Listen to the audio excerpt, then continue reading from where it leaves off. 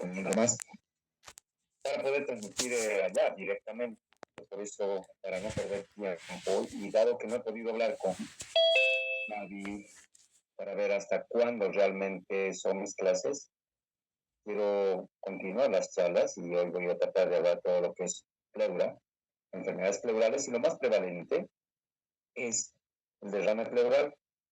Y ustedes saben bien que la pleura es una membrana que reviste toda la cavidad serosa torácica. Tenemos una pleura parietal y otra visceral, y como siempre, hay una pleura que tapiza también la parte de la superficie diafragmática, la superficie mediastinal. ¿No? Este espacio pleural, que normalmente hay un espacio ahí, es virtual y hay una formación habitualmente de líquido, de un proceso de ultrafiltrado de 0,5 mililitros por cada kilo del paciente. Eso sí, este filtrado capilar es importante, que sirve para una acción lubricante, ¿verdad? Pero así como se filtra, hay una capacidad de reabsorción 6 veces más por los ostomas linfáticos. La pregunta que les hago, si es normal entonces tener líquido pleural en cavidades pleurales. ¿Falso o verdadero? ¿Alguien? Verdadero, doctor. Sí, es verdadero.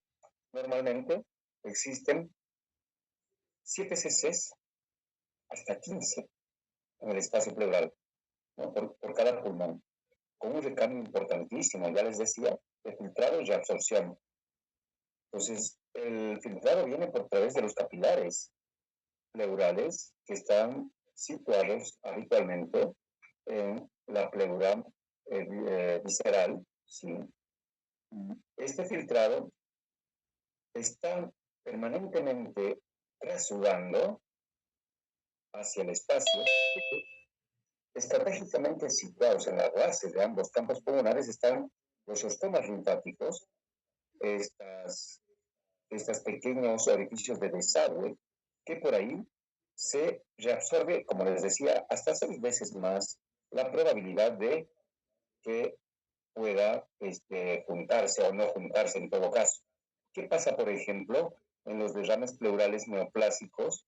Pasa que estos ostomas linfáticos se infiltran por células tumorales y de ahí empieza a permanentemente filtrarse a no reabsorberse, y los derrames pleurales de naturaleza neoplásica entonces son cada vez recurrentes. Aquí tiene que ver la fisiología pleural con las fuerzas de Starling, que usted decía, donde la presión capilar filtra a la cavidad pleural, pero hay una presión, las fuerzas de Starling oncótica, que hace que se vea, ¿verdad? Y esto suele también favorecer, pero cuidado, que algunos pocos mililitros son reabsorbidos por que se quedan todavía en el espacio pleural. ¿Qué es un derrame pleural entonces? Un derrame pleural es el acúmulo clínicamente detectable y siempre va a ser patológico. Ahora, de ahí que sea patológico, que tú necesites hacer la punción y el estudio del líquido o no, es totalmente diferente. Hay múltiples etiologías de causa respiratoria pulmonar, propiamente dicho, o sistémico, extrapulmonares. Y cuando tienes un derrame que tú quieres estudiarlo para saber por qué se ha formado este líquido pleural, solamente en los mejores centros hospitalarios con la tomosíntesis y análisis con la cual vamos a estudiar, se llega hasta el 80% de los diagnósticos. Quiere decir que hay un 20% en la mayor parte de estos derrames pleurales que no se sabe la causa. Entonces, aquí podemos ver una elevación del hemidiafragma, velamiento del seno cardiocostofrénico, que es un velamiento homogéneo en una mujer, que se ve justamente en la placa lateral. Y yo digo, ¿cuál es la decisión para hacer la toracentesis en esta mujer? La decisión no es agarrar y rápidamente hacer la punción, como siempre les comento a todos ustedes, que es rapidito, actuar rápido, no. Primero es analizar, pausado y minuciosamente, cómo está el paciente, si el paciente tiene datos de insuficiencia cardiorrespiratoria, si el paciente tiene datos de cirrosis descompensada, si el paciente tiene datos de insuficiencia renal crónica, o si el paciente está con estado febril, los días de evolución, etc. Nosotros vamos a hacer la paracentesis cuando tengamos todo a mano.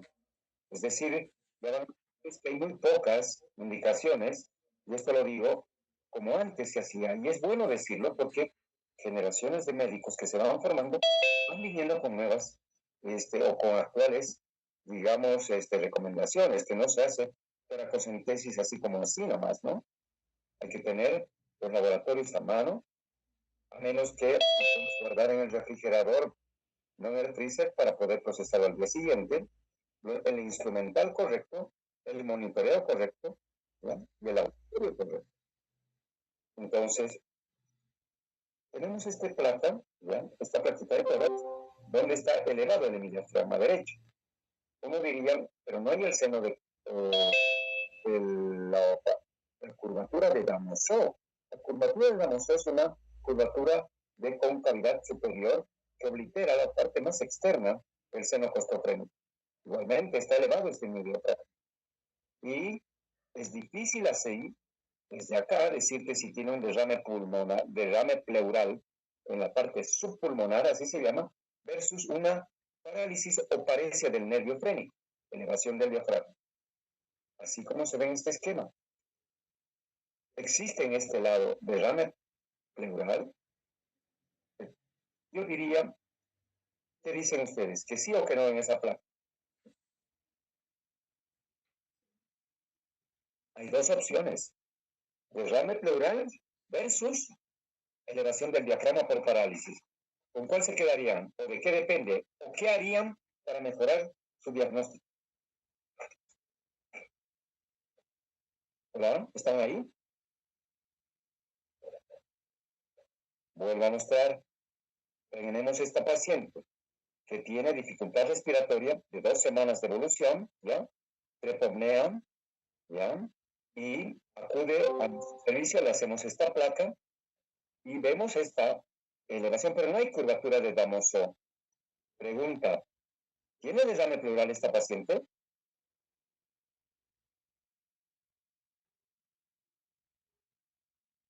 Hola, ¿se está escuchando? Estoy ante un público fantasma, no estoy transmitiendo bien.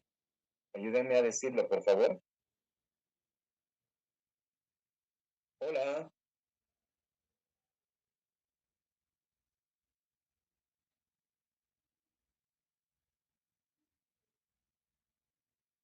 disculpen, ¿se está escuchando el audio?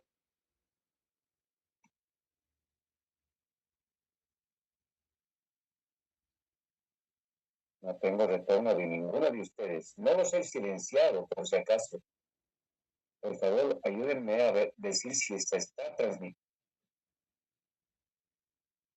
Doctor, ¿sí se escucha? Gracias. Como no me han respondido la pregunta, yo quedo hablando a veces a un auditorio fantasma. Entonces, ¿esto es verdadero o falso? Les preguntaba. ¿Alguno de ustedes? Por favor. ¿Verdadero, doctor? Verdadero. Yo también pienso que es verdadero. ¿Y qué harías para saber si es derrame o una parálisis diafragmática? A ver si te vamos a dar bonus track.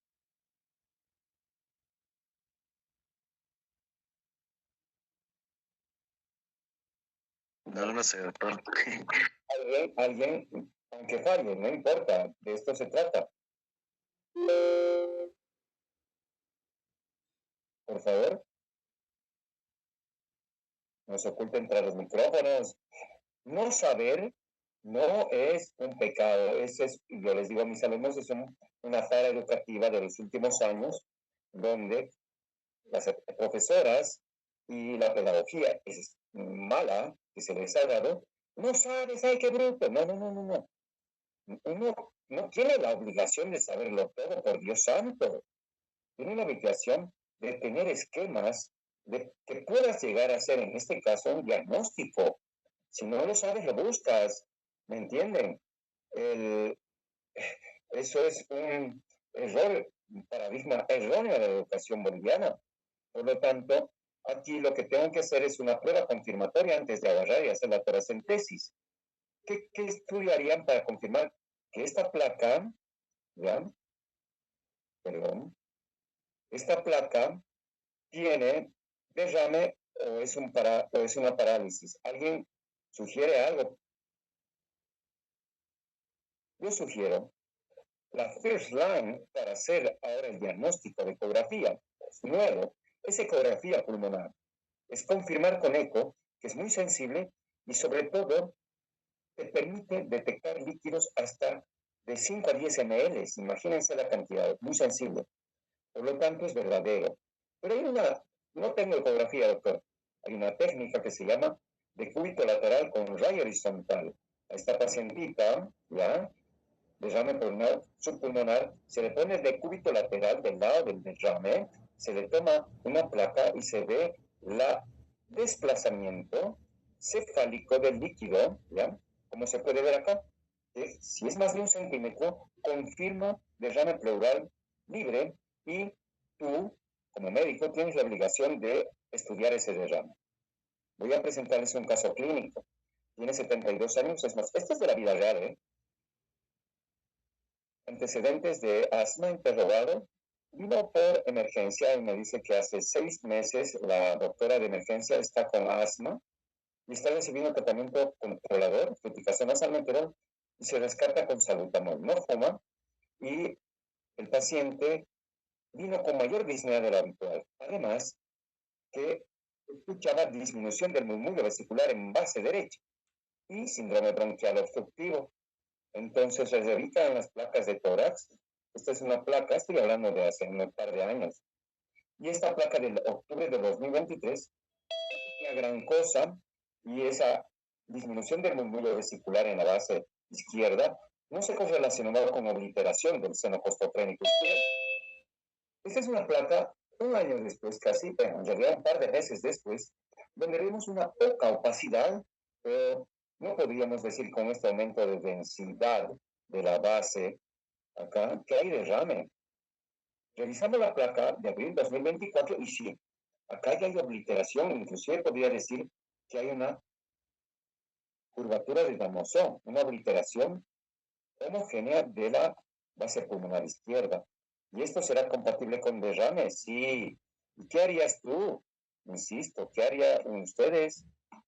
Bueno, ¿qué es lo que se hace en estos casos? Le haría una ecografía. No tengo ecografía, doctor. Entonces, ¿qué le harías? Pues, a ver, voy a terminar esto porque pero y lamentablemente recién se están uniendo sus colegas. Seguramente les ha llegado la información tarde, pero bueno, ¿qué significa? Significa que tengo que confirmar este derrame pleural, ¿verdad? Y voy a ver si realmente se hace ecografía pleural versus una de cúbito lateral con rayo horizontal. No tenía ecógrafo hace rato, ya lo tenemos, gracias a Dios, y porque así debe ser, uno tiene que tener las herramientas para poder trabajar, porque es evidencia A ahorita, antes de funcionar hacer ecografía. Se ve la lateral antes y se ve una opacidad extraña elevada del diafragma en su tercio posterior. No confirma derrame. ¿Qué sugieren realizar? De cúbito lateral con rayo horizontal. Y por lo tanto, el cúbito lateral izquierdo, AP, antero-posterior, se hace la placa y se confirma este desplazamiento cefálico del líquido de más de 1 centímetro, lo cual obliga a hacer la toracocentesis previa ecografía. ¿No ven? Entonces, esta es la placa en decúbito lateral con rayo horizontal AP que te confirma la presencia del líquido libre en cavidad. Ya vamos a ver qué le hicimos a este paciente y qué salió en esta paciente. Estos son casos como para que vayan pensando si se hace la punción inmediatamente, ¿no? Porque muchos, ya insisto, no reflexionan al momento del diagnóstico y menos qué camino, qué ruta seguir cuando hay derrame. Esta es una mujer que llega a mi consultorio, ya hace 2 años, había estado internado por neumonía en un centro hospitalario y le dijeron tiene tromboembolismo pulmonar, señora. Muy taquipnéica, muy insuficiente, vino con disnea de reposo. requiriendo oxígeno y le dijeron, tiene que hacerle toracocentesis. Bárbaro. Llega a mi consultorio y yo digo, señora, es que no tengo recursos para internarme. Veo la elevación del diafragma, lo mismo que el otro lado. Sí, parecía tener derrame. Ahí está la placa. Pero lo mismo, no se ve la curvatura de Damosov. Es una elevación del diafragma. La paciente es muy disneica. La voy a examinar, ¿ya? Chicos, la examino y me doy cuenta de esto. Reviso, es mujer, es obesa y veo esta lesión de aspecto nodular tumoral en el seno, en el cuadrante inferior derecho interno. ¿Qué puede ser? Esto es una neoplasia, esto es un cáncer de mama. La paciente no dijo, ¿desde cuándo tiene esto, señora? Sí, doctor, me dice su hijo, que también creo que era colega. No nos ha avisado, recién nos estamos dando cuenta. La paciente había tenido como ya varios meses de esta lesión tumoral y obviamente que este derrame era metastásico. Cambia la figura y bueno, la derivamos al mismo para que puedan hacer el procedimiento. Lo que quiero decir es que a veces en el examen físico está el diagnóstico y uno aborda de esta forma los derrames integralmente. Entonces, las causas de derrame pleural pueden ser por alteraciones de las fuerzas de Stirling, aumento de la presión hidrostática, disminución de la presión oncoática, aumento de la presión negativa en el espacio pleural, aumento de la permeabilidad de la o sea, de la presión hidrostática, o que los capilares aumenten su permeabilidad. Y cuando hablamos de aumento de permeabilidad, no de presiones, perdón, estoy hablando de que hay inflamación o infiltración. Ya estoy hablando de lo que se llama exudado, porque las tres causas de arriba, presiones de Starling, habitualmente son causas de tipo transudativo. En cambio, cuando ya hay aumento de la permeabilidad o, como les decía, obstrucción del drenaje linfático o pasaje linfático de cavidad abdominal, un peritonitis o un posoperado de abdomen que hace derrame pleural, caramba, esto va a ser exudado. Entonces, esta es la etiopatogenia. Y más o menos ya nos podemos dar cuenta qué puede pasar en esta situación. Estoy admitiendo todavía alumnos rezagados. Aumento de la presión oncótica, transudado. Aumento de la permeabilidad vascular y obstrucción al flujo linfático. Exudado habitualmente.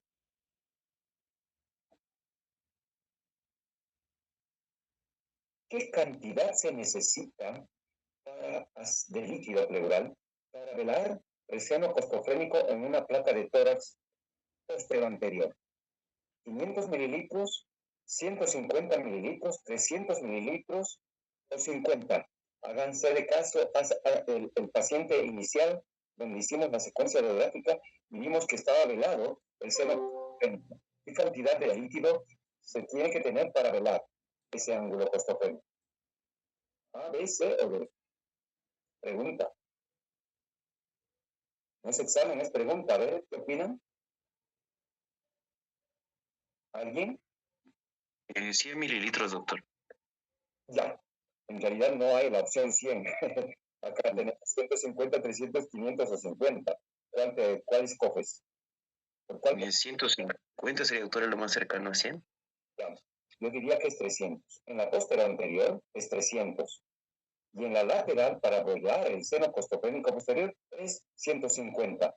O sea, son importantes cantidades para tener radiológicamente la posibilidad de tener líquido libre en cavidad. ¿No ven? Pero ya insisto que esto es ahora lo nuevo y esto no debe pasar desapercibido porque además tenemos que enseñar a nuestros alumnos lo último.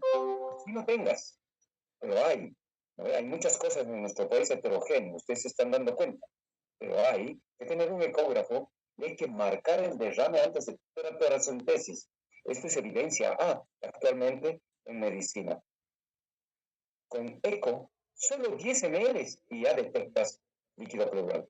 Por lo tanto, una eco es mucho más sensible que una radiografía. Se necesitan 100 ml para que borre el costofrénico posterior y 300 ml para que borre en una PA el seno costofrénico lateral. ¿Y por qué se ve la curva de Damosov? La curva de Damosov y a veces no. Todo depende del volumen, es física. Física, ¿por qué? Porque el líquido se va acumulando y no desplaza la pleura mediastinal hacia el lado contralateral. Eso lo hace cuando la opacidad está totalmente ocupando el entórax. Los primeros derrames pleurales moderados a medianos van acumulándose porque se extiende, pues, la pleura visceral y la pleura parietal es una zona más extensible hacia la parte lateral, porque hacia la parte medial es difícil por la pleura mediastinal. ¿Cuánto puede almacenar una cavidad pleural, un derrame pleural masivo, hasta 4 litros o más? Entonces, cuando decimos acá esto, perdón, quiero mover esto un segundito, ¿se puede saber qué cantidad de derrame pleural? Sí, hay estimado. Digamos acá, ¿cuánto hay? ¿Hay 1 litro, 2 litros, medio litro? ¿Alguien se juega por alguna cantidad? Esta clase es interactiva, por si acaso.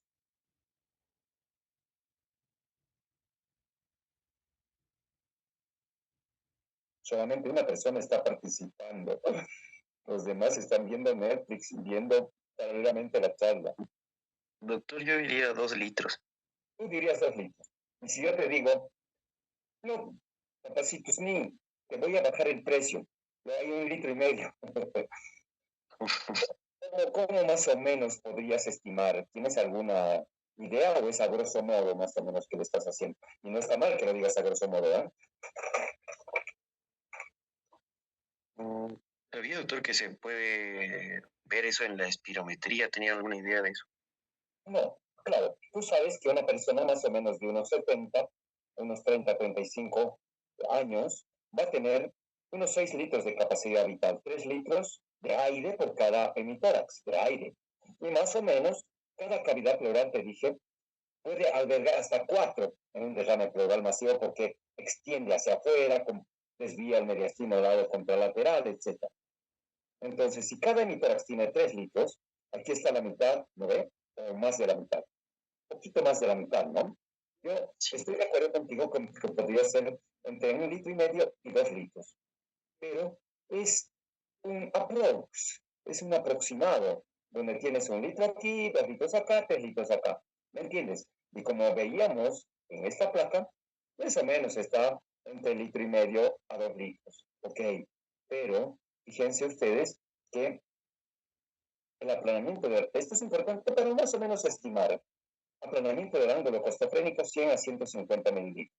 Derrame que ocupa la mitad del hemitórax de 1 a 1,5 litros. Todo el hemitórax de 2,5 litros a 3 o más. Y la ecografía pleural, pues la ecografía pleural me voy a detener acá 10 minutos para hablar de esto. Es el gold estándar actualmente y esto viene a cambiar todo. ¿Por qué? Porque no usábamos ecografía para pulmón ni para pleura. Le debo comentar algo a ustedes, caballeros, que en el COVID, como estábamos en esta implementación de situaciones con los profesionistas que yo trabajo, decidimos hacer algo que fue bien validado, y está siendo bien validado ahora, para corroborar las lesiones pulmonares, no solo pleurales, de las infiltraciones neumónicas del COVID, ¿no? Entonces, una eco lo podías hacer en la casa del paciente, trasladarte al hospital y hacer un monitoreo inclusive diario para ver si estaba progresando el distrés o no del paciente o estaba involucionando. Porque hacer radiografías y hacer a un paciente tomografías, ¿qué implica? Implicaba hacer traslado y el paciente estaba pronado o alguien recibiendo cánula de alto flujo y es toda una logística que no era dable. Entonces la ecografía pulmonar, y ni dudarlo, la pleural tiene un posicionamiento tremendo. Con la ecografía pleural podemos visualizar hasta derrames de 5 mililitros, ¿ok? Y además podemos estimar con fórmulas exactamente mucho más exacto de lo que acabamos de hacer el derrame pleural. Estas son las fórmulas de Weck modificada, donde este paciente hacemos la línea X, ¿no? Cuando ponemos el cursor del transductor convexo a nivel de la sección posterolateral, digamos derecha, ¿no? y marcas de la pleura hacia la pleura visceral, hacia la pleura parietal. Estas son hipocogénica como X arriba, en la parte anterior, ¿ya? Donde está el ecógrafo, y hacia abajo, donde está el seno costofrénico posterior, puedes ver otra línea que es máxima distancia perpendicular entre la base pulmonar al diafragma de la pleura. Todo esto es líquido. ¿Y qué haces? El volumen estimado, X por A, X por A, por aprox 70 kilos. Esto te da un aproximado en mililitros de cuánto puedes tener. Y la otra, esto es cuando el paciente está sentado y cuando el paciente está de cúbito, el paciente en terapia que no puede sentarse, entonces acá tienes un derrame pleural y un colapso pulmonar.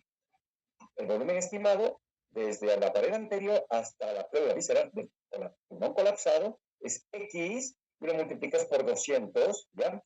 Y habitualmente, ¿ya? Tenemos el volumen estimado en esta situación. En la práctica clínica habitual, un derrame con una profundidad de más de 10 centímetros de aquí de la pared anterior hacia la pleura visceral, ¿ya? Es approach, si es más de 10 centímetros, por lo menos tienen. Entonces son tips que uno debe saber y estamos en eso, ¿no? Nosotros, los neumólogos, ya de una generación, decimos nosotros de la guardia vieja, pero en continua capacitación. El desarrollo pleural puede ser también visto en modo M, ¿ya? Y en el que acabamos de ver, ¿no? Entonces, en modo M tenemos la presencia de este ciclo respiratorio que va modificando la pleura visceral, que se ve como una montañita que se llama el signo del sinusoide en tiempo real. Y cuando lo pones con el ecógrafo, ¿no ven? En la zona posterolateral, digamos derecha o izquierda, se ve justamente como un espacio libre de ecos. Esto se llama imagen negra anecoica. Cuando veas esto es derrame pleural. Y hay signos ecográficos en tiempo real que normalmente se va moviendo en inspiración y expiración. Ahorita les voy a mostrar si se puede mostrar un video de qué es el signo de la cortina. Y cuando no hay cortina y se ve esta opacidad en tiempo real, que es una imagen negra, estamos ante la presencia de un derrame pleural. Estoy conectándome y ustedes me dicen si se ve el signo de la cortina. Estoy amplificando la imagen, ojalá se pueda ver. Esto es del protocolo Focus. ¿Chicos se ve? ¿Estoy compartiendo bien? Por favor, denme un olor. No se ve, doctor. No se ve. No he compartido entonces. Ahí, No. No, doctor. bueno, les debo, porque esto es en dinámica, ¿no? A ver, voy a salir de acá, me va a permitir un minutito. Inspeccionar, salgo de esto. Bien, para de compartir un segundito, y ahora voy a empezar a compartir de nuevo.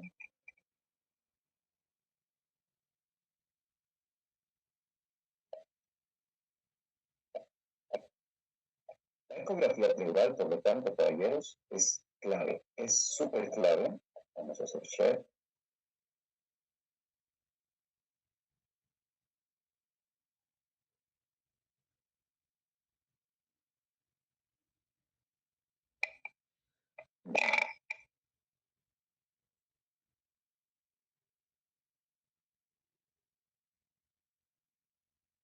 Ahora sí. Bien, voy a entrar un poquito atrasado, ¿ya? Ya hemos visto todo esto. Estamos acá. Entonces, cuando haces ecografía pleural, vas a tener el signo del sinusoide, ya les he dicho. Se ve a veces como un cuadrilátero, pero es una zona hipoecoica, ¿ya? Que este espacio anecoico, sin ecos, es el que determina el derrame pleural. Hay signos del remolino, ¿no? Que se ve como una turbidez que flota, y cuando es más denso, que suele hablar del material que tienes en cavidad pleural, a veces de tipo oxidativo, se ve el signo del plancton, así como pequeños puntitos que se mueven, ¿no? Y que por cuestiones técnicas ahorita no puedo mostrar el video, y Además, la ecografía pleural, que esto tengo que enseñarles, se clasifica en un derrame totalmente anecoico, en un derrame pleural complejo sin tabiques, otro complejo con tabiques y otro realmente muy complejo difuso. Ya les voy a mostrar. El tipo 1 sería este. Este es el tipo que se llama totalmente anecoico. El que es parcialmente, digamos, complejo sin tabiques, ¿ya? Se ve un solo tabique que está, digamos, encapsulando la pleura colapsada. Y acá se ven múltiples tabiques, múltiples septos. Este ya sería un derrame pleural complejo tabicado y este es el difuso, ¿no? Acá tenés ecos de diferente ecogenicidad, multitabicado, y obviamente esto muy probable se trate de un empiema pleural multitabicado complejo. Aquí tenemos algunas otras imágenes del engrosamiento pleural y de nódulos pleurales que con seguridad se va a tratar en esta A y B de cáncer, ¿ok? De cáncer pleural. Y acá se está compartiendo, quiero saber, porque a veces no se comparte, me van a parar si no se está compartiendo. Bueno, aquí se ve un derrame pleural difuso, multitabicado, probablemente se puso sangre, y aquí otro igual, ¿no? Complejos. Bien, entonces ya estamos quedando que el eco es fundamental, ¿ya? Y en decúbito en terapia intensiva se puede hacer en la región posterolateral alveolar and pleural, ¿ya? Esto se llama el punto ideal PLAPS, por si acaso. Y si ustedes quieren, podemos hablar más bien del protocolo FOCUS que en emergencia y debemos hacer en paciente politraumatizado y en síndrome de disnea también hay un protocolo de emergencia y un buen médico que puede tener ahora equipamiento a precios totalmente módicos puede tener un ecógrafo portátil que va a reemplazar a la semiología. No, va a priorizar la semiología no se reemplaza, campeón. Entonces, cambio de paradigma. La ecografía pleural me hace la primera línea para poder hacer diagnóstico y en este focus pleural de ser solamente un marcaje, sino forma parte de un algoritmo inicial para manejo. Los imagenólogos intervencionistas nos han tomado la delantera y haciendo ecografía, ellos ya están haciendo la paracentesis cuando ellos ven que puede tratarse de un exudado y más les ponen un tapete pleural cola de chancho cuando ven estos multisectados en el mismo acto y lo hacen bien, por si acaso. Además, se utiliza para diferenciar de acuerdo a del signo del plancton que les dije yo, extrasulado versus exudado, y se ven septaciones, fibrinas, nódulos pleurales, como les mostré, pulmones atrapados, etc. Por lo tanto, este es un mensaje clave para los neumólogos. La ecografía pleural es central, ya no es complementaria. Los criterios de Light, que ahora voy a entrar a ver para diagnóstico de exudado y transudado, siguen vigentes, pero cuidado con los pseudoexudados en pacientes que han recibido diuréticos. No hacer biopsias pleurales, que se retrasa el diagnóstico. ¿Eso qué significa? Que tenemos que hacer biopsias pleurales, sobre todo en exudados de nuestro medio. ¿Por qué? Porque diagnosticamos tuberculosis. Cada semana diagnostico una pleuritis tuberculosa. Con eso les digo todo. La uroscopía médica gana protagonismo, que es entrar a hacer la toracoscopía, aunque en nuestro medio todavía entramos con los cirujanos, ¿ya? Y nosotros debemos hacer marcadores tumorales en el líquido pleural, no solamente contentarnos con decir citología positiva, hacer marcadores tumorales, inmunistoquímica y marcadores tumorales para ver, digamos, la estirpe tumoral y las mutaciones genéticas. Y además, con la guía, pucha, hay que saber utilizar la guía y estamos en eso. Personalmente estoy en eso. ¿Por qué? Porque debemos estar. La tomografía nos permite ver estas opacidades y a veces se magnifica. Entonces, cuando el médico que no sabe ve este derrame pleural y dice, es un derrame pleural masivo, no es masivo, señor. Esto está colapsando evidentemente este pulmón y este derrame también, pero este colapsito es una atelectasia pasiva. Por lo tanto, esta imagen de tipo lenticular con forma de un menisco que tiene normalmente un trasudado de menos 10 a más 15 unidades Hounsfield, así se mide la tomografía, este tipo de densidad, se trata pues de un derrame libre en cavidad, pero ya les digo, se magnifica mucho en la tomografía. La tomografía nos ayuda porque además nos permite ver nodularidades, tumoraciones en la pleura. Ayer hablé del mesotelioma con altísima sensibilidad. Si hay esto, se biopsia, señores, como aquí se ve en este otro engrosamiento pleural tipo mamelones, en la pleura mediastínica y en la pleura parietal, esto es con seguridad un mesotelioma, tiene una sensibilidad alta y una especificidad baja. ¿Qué significa? Es compatible con, pero tengo que biopsiar. Y estas otras pleuras, estos engrosamientos pleurales, estas septaciones, ¿ya? Que se ven en la ecografía, tienen 94% de sensibilidad y 36% de especificidad. Por lo tanto, ¿no ven? Nosotros tenemos la obligación de intervenir tempranamente. Acá podemos ver las diferentes densidades de derrame pleural bilateral en este caso, ¿ya? Caso clínico, opacidad de un velamiento homogéneo en mi tórax izquierdo. Preguntas, ¿qué es esto? Derrame pleural masivo, atelectasia pulmonar masiva. Es un gran tumor, es una ausencia de pulmón porque fue neumonectomizado. El paciente nació una agenesia pulmonar. ¿Qué creen ustedes que puede ser esto viendo esta placa y este que se llama velamiento homogéneo? ¿Saben qué se llama? Hemitórax opaco. Así está descrito radiológicamente. Es un hemitórax completamente opaco. ¿Qué es?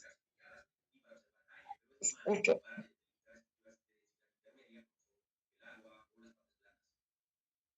No está muy activo soy, ¿eh? Si de algo me quejo de mis alumnos es eso. A ver.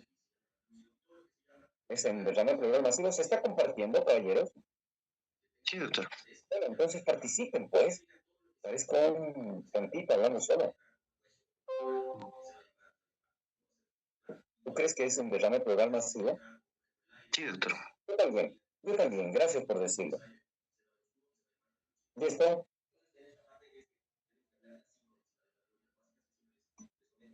Este mitorax está bien. Sí, doctor, también es opaco. ¿Por qué crees que puede ser derrame pleural? Dame algunas bases radiológicas. A ver. Primero te agradezco por participar. Segundo, a ver, dale.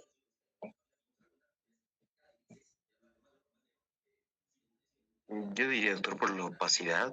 Pero puede ser atelectasia, puede ser un gran tumor, puede ser que lo hayan operado, que sea un neumonectomizado, puede ser, qué sé yo, que no nació con un pulmón.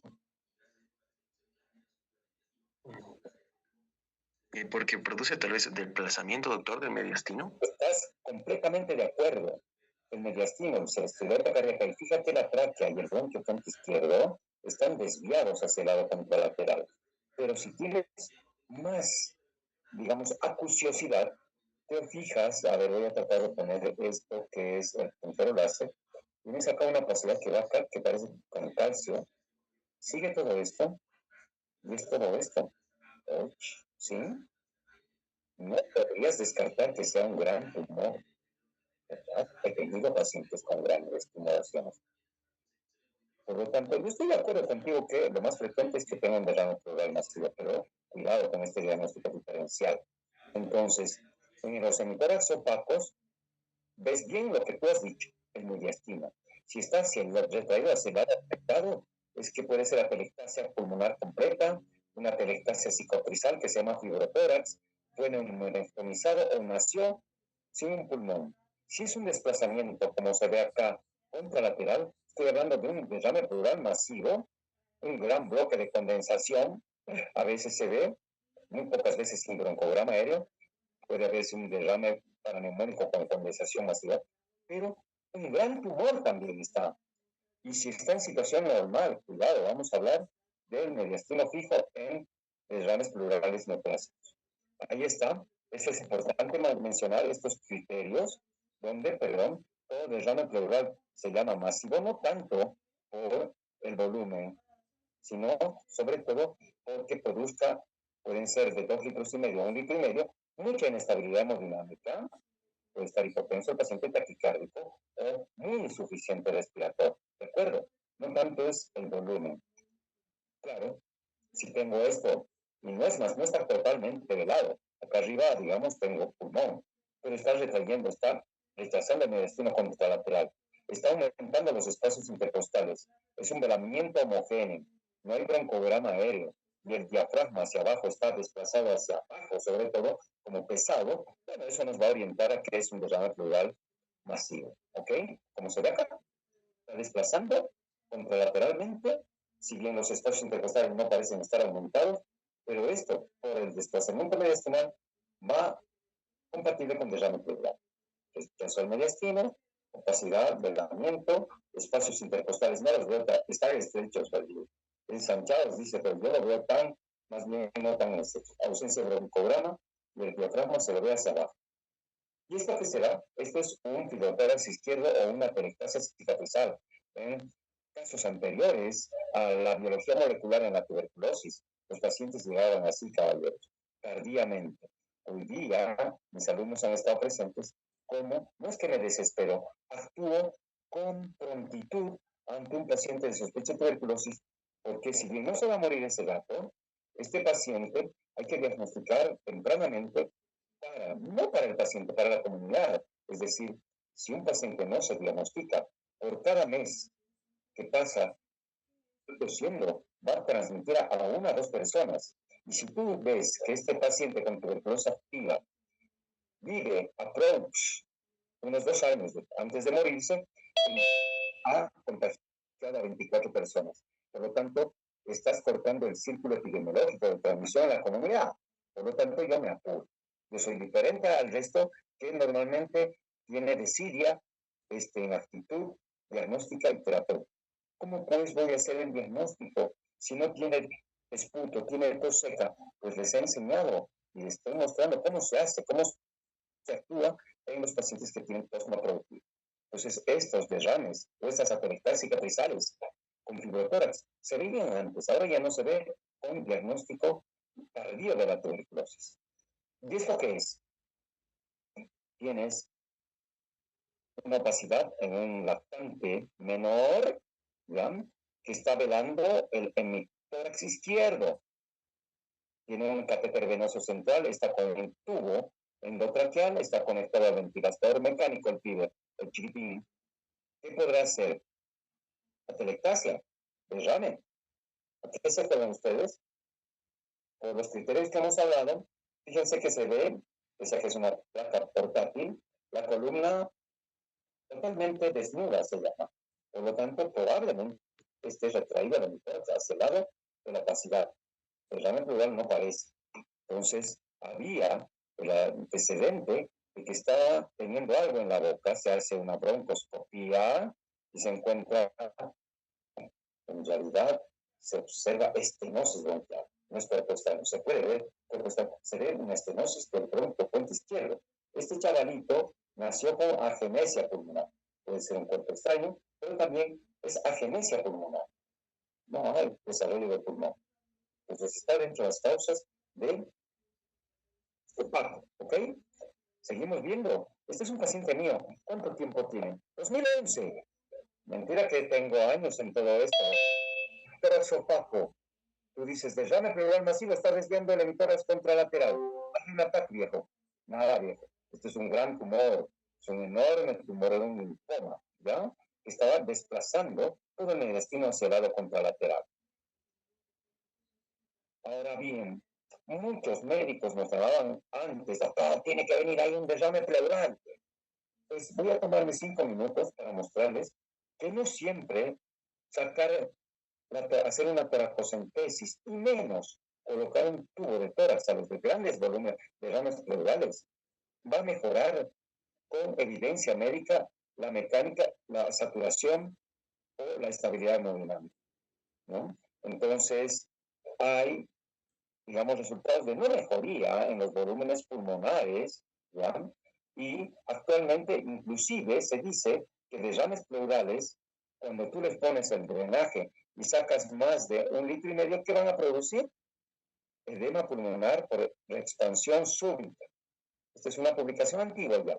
Es una capacitación que tuvimos en la pandemia, donde nos dijeron que drenando 1,5 litros en derrames pleurales, ¿no?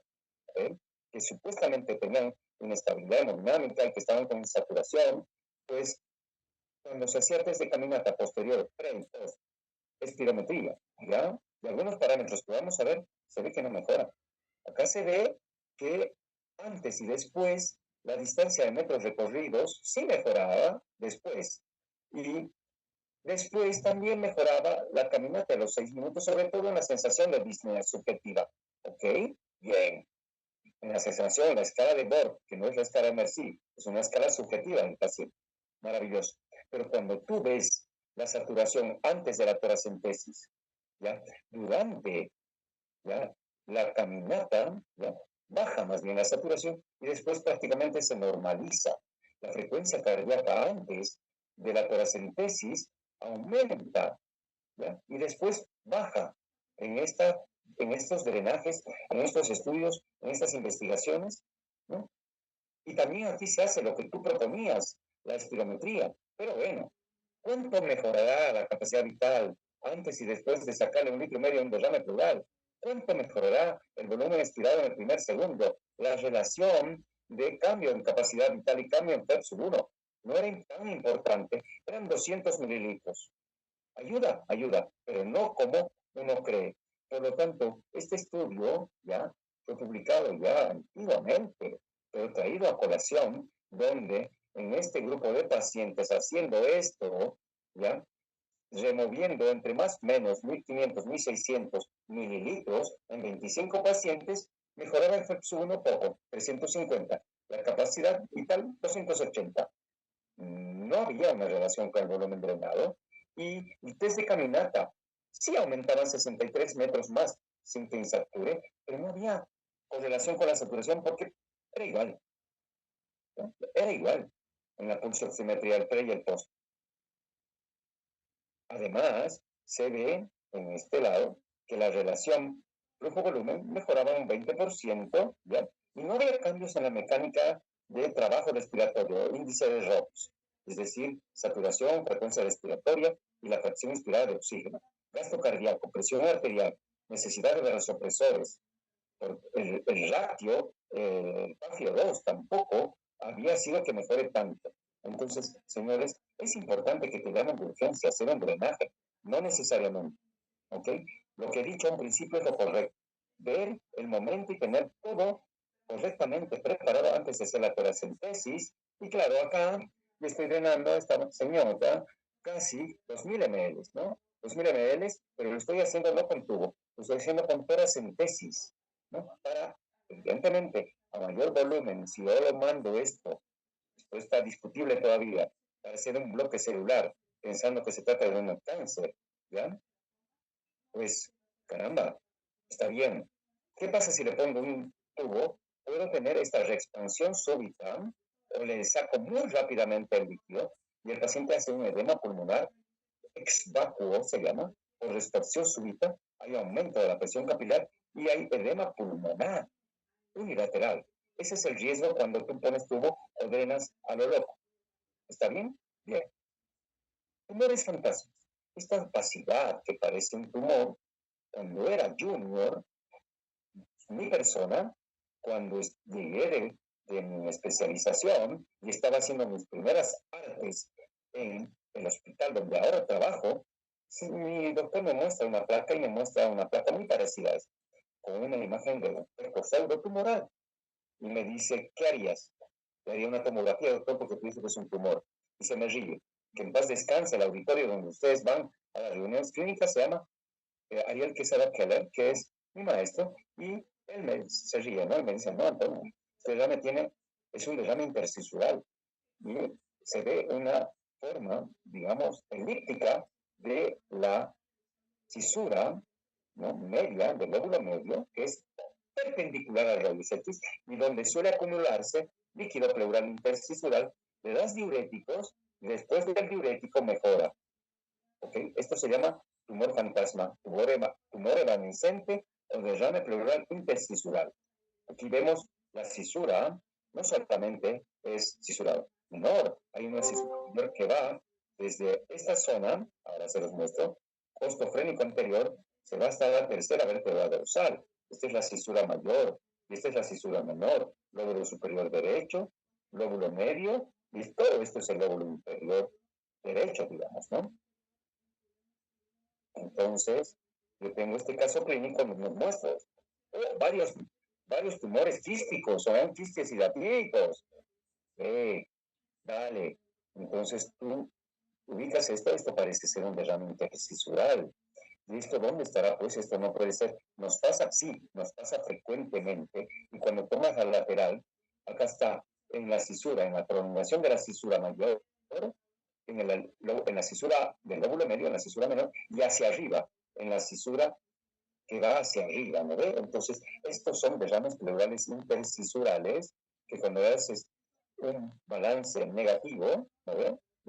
Piensas que esa cardíaca desaparece, por eso se llama fantasma, de que está en la tomografía, viéndose esto que es líquido, ¿no? En densidad, y que después desaparece. Esto está de la literatura, no es mío. Bueno, ¿qué vas a hacer? Primer paso, entonces, análisis. Voy a solicitar, voy a tener todo el instrumental, laboratorio disponible, correcto transporte. Aquí está mi derrame pleural, le hago ecografía y hago la toracentesis. Y siempre tengo que colocar, infiltrar 5 ml, según el grosor de la pared, mínimo 3, 5 ml o más de lidocaína y tratar de anestesiar esta zona que es bien sensible, que es la zona del periósteo, de la costilla superior. Nunca se hace de la costilla inferior. Tienes que palpar el espacio intercostal, marcarlo, evidentemente, y hacer la paracentesis y evacuar el líquido. Normalmente usamos la posición en jugador de golf y uno tiene, cuando antes no teníamos ecografía, entre el séptimo y octavo espacio intercostal, línea medio escapular. Esta es la línea medio o mediana o interna y esta es la línea media de la escápula. Entre la línea interna, que es lo ideal, y la línea media, séptimo, octavo espacio intercostal, ¿no ven? Preinfiltración, se coloca, en nuestro medio tenemos el Venocat número 14, ¿no ven? Sabes si saca líquido con flujo primero, sacas el líquido pleural y después colocas este Venocat con llave de 3 vías para con una jeringa de 50 ml extraer y tomar muestras y después, rotando la llave de 3 vías, evacuar todo el líquido. ¿Cuáles son las complicaciones de la toracocentesis? Aquí lo tienen, algo relativamente actualizado. Neumotórax, cuando tú eres torpe, ¿ya? Y has tocado, no has cuantificado, y no has hecho eco, hasta de un 6%. Pero también puedes tener hematomas, puedes tener hemotórax, puedes tener edema pulmonar si te entusiasmas mucho, hipoxemia, dolor torácico por no anestesiar bien, y sobre todo cuando haces biopsias pleurales, una reacción vagal, hipoxia. Entonces tenemos qué tipo de agujas utilizar. Y si ustedes se dan cuenta, la aguja es de 20 Gauss, ¿ya? 100 ml, ¿no ve? Diagnóstico 100 ml necesitas para la muestra. Y siempre, como dice acá, en esta actualización, ya llama, que actualmente se ha confirmado de la llama, que había que hacer para confirmar y ver el tipo y actuar proactivamente ahora la ecografía pleural. Posición jugador de hockey o jugador de golf, sentado, borde de la cama, limpieza, anestesia. Estamos hablando de colocar y vamos a ver cómo se hace la tóraco, se percute, ya se han olvidado, la percusión, siguen entrando los alumnos, se percute este viejecito y se hace la ecografía pleural. Entonces, siempre confirmar, antes hacíamos esto, percusión, comparación de la percusión, mate, dos espacios intercostales, o dos traveses de dedo, perdón, dos traveses de dedo debajo del mate percutido. Si no tienes eco, tienes que hacer, ahí estás, digamos que hay mate, comparo, 2 centímetros donde empezó el mate, hago la toracocentesis. ¿Y cómo se hace la toracocentesis? Como les dije, estamos haciendo la toracentesis ahí, evacuando un líquido de aspecto lechoso. ¿Qué se llama esto? Girotórax, ¿ok? Muy bien. Perfecto. Voy a pasar a ver. ¿Ya? Entonces se aspira y se van tomando muestras que se mandan a estado citoquímico, bacteriológico y citológico. Más o menos se dice a los neumólogos que enviar 50 ml para cada laboratorio es suficiente. No evacuar más de 1500 ml por el riesgo de edema pulmonar ex vacuo. Mientras el paciente expira, tú tienes que sacar la aguja. ¿Cuáles son las indicaciones del tóraco? Alivio de la disnea. Ya les he dicho sus bemoles. Le he puesto un asterisco. Disminuir el trabajo respiratorio. Le he puesto el asterisco. Mejorar el intercambio gaseoso. Cuando el paciente está en ventilación mecánica, sí. Sí, cuando el paciente está en ventilación mecánica no hay contraindicaciones. Se debe colocar no solo drenar. Se debe limpiar por paracentesis. Hay catéteres que se llaman flexibles, donde se puede colocar en cavidad pleural sin riesgo de lastimar la pleura visceral. Para descartar infección y neoplasia, sí o sí debes hacer paracentesis. Y en toda neumonía que tiene derrame paraneumónico, también se debe hacer. Nótense esto porque les voy a preguntar. Debe realizarse en un paciente en la visita médica, hablamos de esto. En todo paciente que tiene insuficiencia cardíaca, que de hecho es la causa más frecuente, la causa más frecuente de derrame pleural es la presencia de derrame asociado a insuficiencia cardíaca. La pregunta, ¿debe hacerse en todo derrame? ¿Cuándo debe hacerse? Pues debe hacerse en las siguientes situaciones.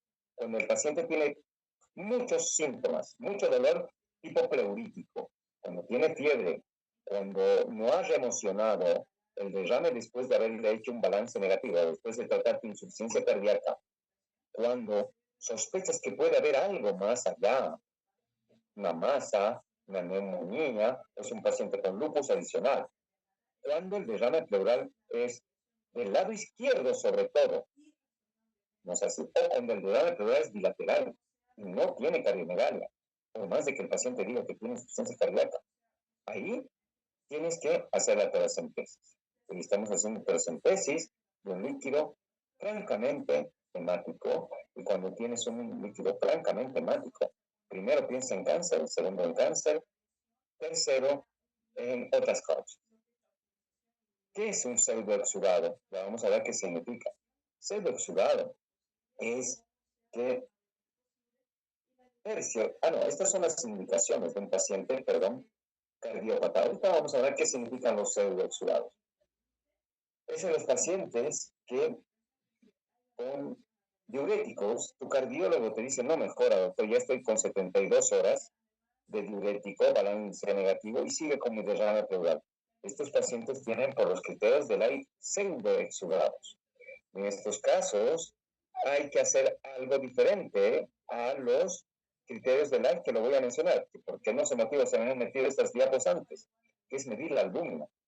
¿Ya? Una medida de albúmina en suero relacionada con la albúmina pleural, más de uno es trasudado en pacientes que han recibido diuréticos.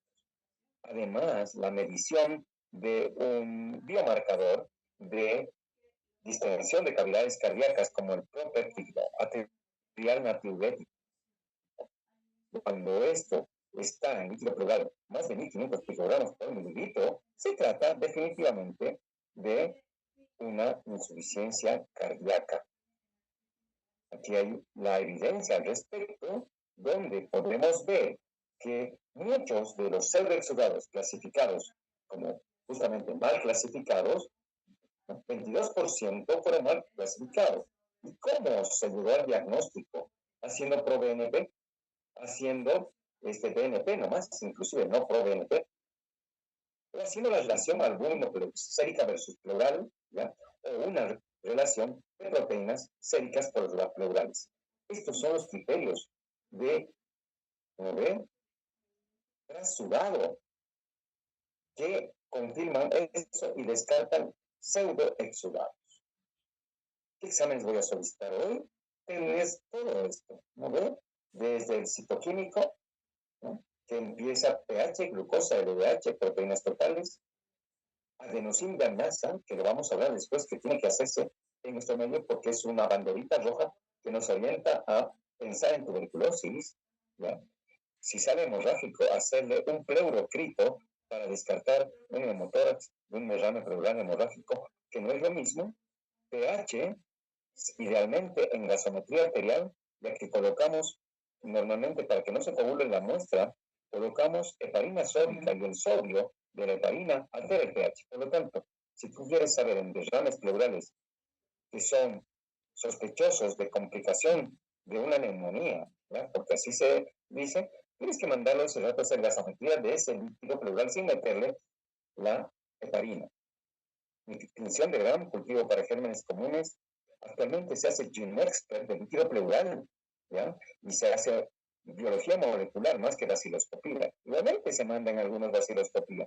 Y no te olvides mandar a citología, que es lo que se llama psicopatología oncótica. Y los neumólogos dicen 50 ml. Los patólogos dicen, mándeme todo, por favor. Todo. Si son 2 litros, mándeme todo. Yo voy a centrifugar eso y voy a sacar un bloque celular del centrifugado. Bueno, entonces ahí tenemos lo que vamos a pedir. 30, 50 ml son suficientes para hacer lo que normalmente hacemos en 3 frascos. Citoclínico, bacteriológico y el PAP, antiguamente llamado papanicolau, pero ahora se llama citológico o citología oncótica. ¿Cuáles son las causas del trasudado? Siempre son las insuficiencias cardíacas lo más frecuente. Después le sigue la cirrosis hepática y sobrecarga de volumen. Ahora, de los exudados, lo más frecuente suele ser paraneumónico, si es de tipo neutrofílico, y si es de tipo mononuclear, o es neoplásico o es cáncer. Cabeza a cabeza están en nuestro medio los exudados linfocitarios, ¿ya? En la incidencia, insisto, ¿no? Y en la prevalencia de tuberculosis versus neoplasia.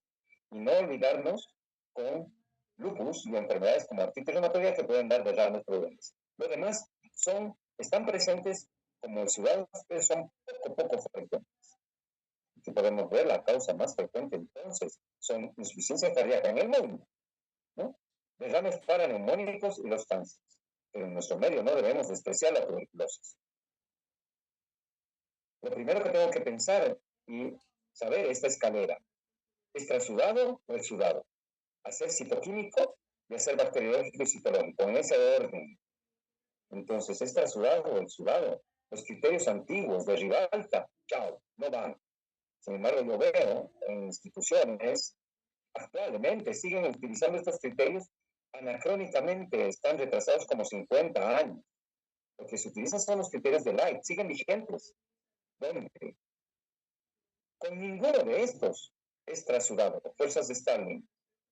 Capilares pleurales no inflamados. Hasta uno, ya te hace pensar en un exudado. ¿Cuáles? La relación pleurosérica de proteínas más de 0,5. Mayor o igual a 0,5. La relación de desfibrinasa láctica mayor o igual a 0,6. Y un único valor en líquido pleural de desfibrinasa láctica que alcance más de 2 terceras partes del límite superior en la cual está trabajando tu laboratorio en sangre, se alcanza más de 2 terceras partes. Tienes con esta sensibilidad, ¿no ven? La probabilidad de decir que sea con más de uno, exudado. Y con esta especificidad, son sensibles pero no específicos. Ya insisto, con uno ya es exudado, con ninguno es trasudado. Ya les he mencionado que significa trasudado, alteración de las fuerzas de Stalin. No hay aumento de la permeabilidad capilar como se ve a la derecha. Espero que quede claro. Acá hay aumento de la permeabilidad, hay inflamación.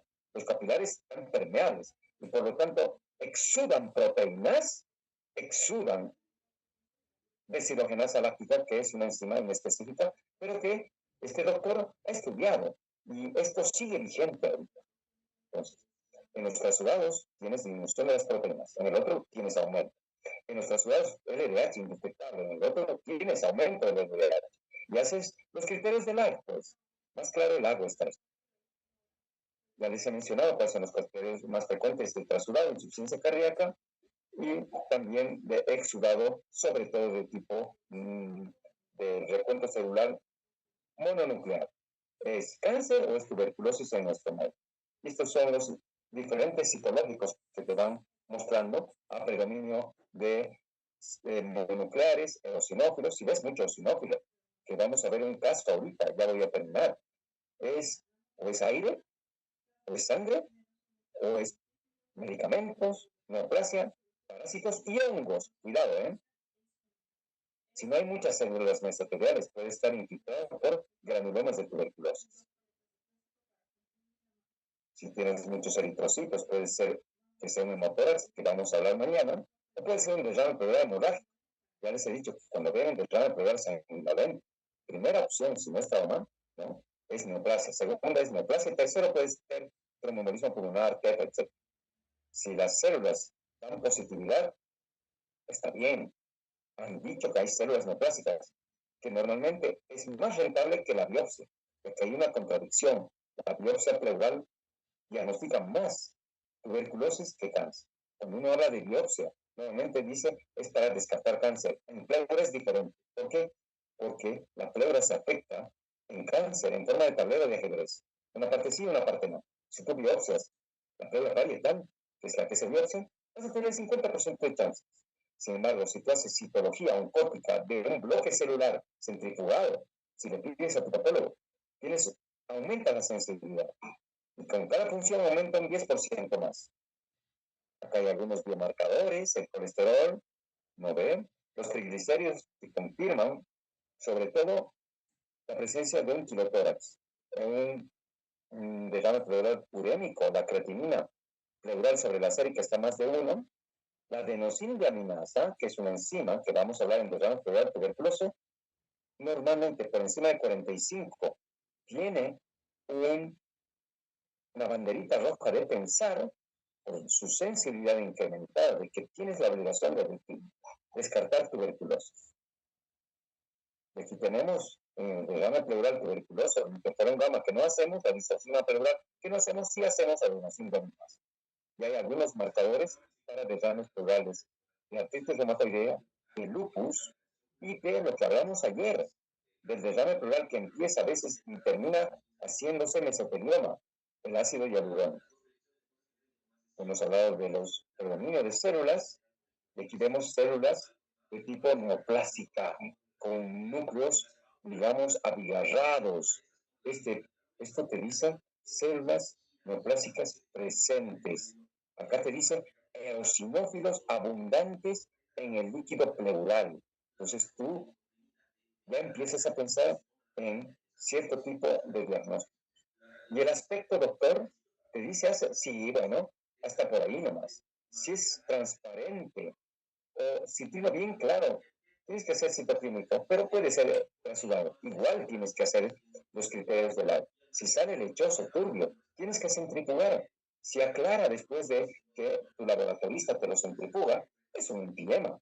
Si no aclara, sigue siendo kilotórax y hay que descartar pseudokilotórax con triglicéridos. Si sale hemático, ya les he dicho, medir el pleurocrito y relacionarlo sobre el hematocrito. Si es más del 1%, caramba, estás ante el derrame pleural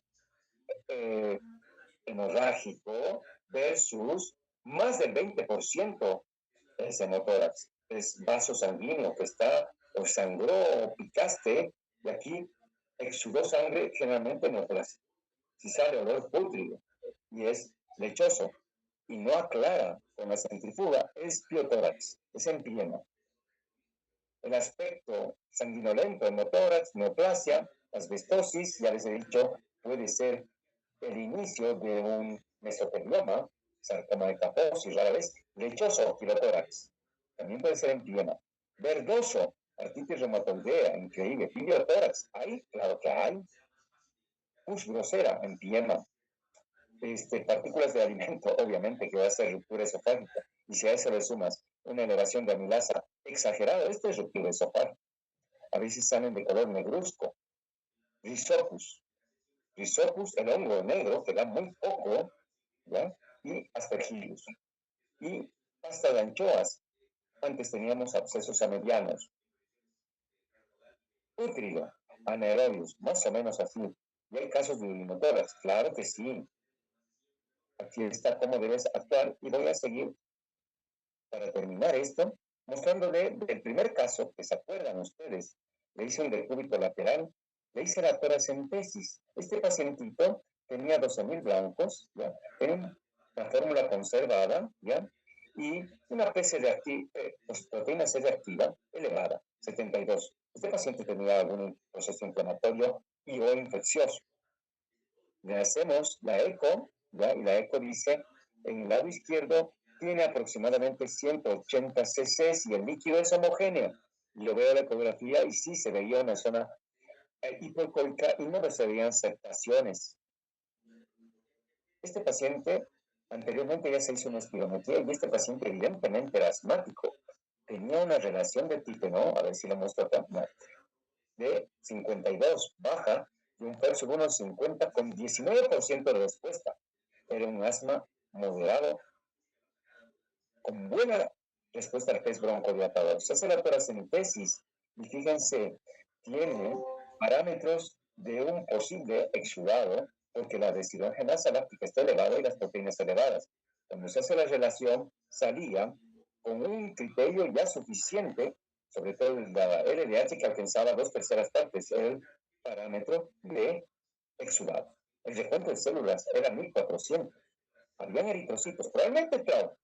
Menos del 1% siempre es pequeño trauma. Y aquí llama la atención el predominio de eosinófilos. 59% de eosinófilos. Era un exudado de eosinófilo. ¿Ok? Bien. Adenosina de aminasa para tuberculosis, bajo. Con esto descarta un 95% de probabilidades. ¿Ya? Pues tiene un valor predictivo, justamente negativo alto. Esa es la función del ADA, de que no es tuberculosis. Si está menos de 45, prácticamente olvida el tuberculosis. Siempre un 5% puede haber, pero es poco probable. Hace la biopsia, la citología, le mando a citología y miren lo que me dice. 40% de eosinófilos, doctor, pero no hay células tumorales, puro eosinófilos. Muy bien, no tomo medicamentos, solamente tomo para el asma. Parásitos puede ser, pero no viene de Punata, es de aquí de zona de Cochabamba, no viene de zona tropical, hice investigación de esas y no tenía parásitos. El linfoma no es, aire no había. Y fíjense, ya me llamó la atención esto. Cuando le pido el cultivo, viene cultivo para hongos, dice desarrollo de colonias filamentosas Aspergillus fumigatus a los 6 días. Es un caso de la literatura como para reportar, está descrito obviamente, pero es poco probable, y aquí lo tenemos, un derrame pleural eosinofílico por Aspergillus. Y esto estaba relacionado con el asma que tenía. Y cuando hicimos una review de su tomografía, encontramos algunos pseudomódulos, ¿ya? Que eran un granuloma de Sion benigna, ¿ya? Calcificado, nunca nos preocupa lo calcificado, y atelectasias laminares, ¿ya? Y, cuidado, nosotros habíamos visto en su estructura bronquial, dilataciones bronquiales, probablemente se trataba de una aspergilosis broncopulmonar alérgica con compromiso pleural. ¿De acuerdo? Muy bien, caballeros. Seguimos con el aspecto para terminar. Entonces, estamos viendo acá, perdón, este es un líquido lechoso, ¿verdad? Los mandamos a centrifugar. Si esto no aclara después de la centrifuga en laboratorio, este es kilotórax.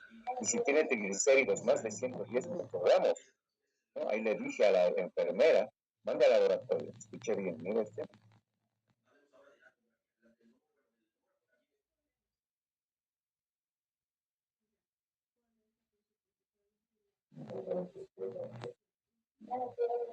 Y nosotros vemos acá en su tomografía, este paciente que en paz descanse era portador de una neoplasia y en la pandemia se exacerbó y definitivamente hizo un derrame por progresión de la neoplasia. Entonces el aspecto lechoso te va a permitir siempre, así, cuando sacas mucho, parece hasta una chichacuyi, este aspecto tiene, y disculpen que les diga esto, ¿no? Y no sabes si es empiema, no hay aspecto pútrido, pero no siempre hay. Mandas a centrifugar y te dice el doctor, se mantiene el aspecto lechoso. Mandé esto y se mantiene así el aspecto quiloso. Bueno, es quilotórax, pues. Y el quilotórax casi siempre te va a orientar, cuando no es traumático, a pensar en un trastorno linfoproliferativo, a invasión de los ganglios linfáticos, o sobre todo, en el lado derecho, de el conducto torácico y el lado izquierdo de la gran vena linfática. Muy bien. Hasta acá voy a terminar, caballeros. Termino de compartir. Me presento una vez más ante ustedes. Y les digo que mañana ya voy a poder estar con ustedes para terminar esta parte, ¿de acuerdo?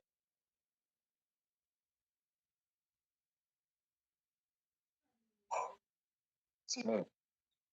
Entonces, hasta mañana, ¿ya? No, doctor.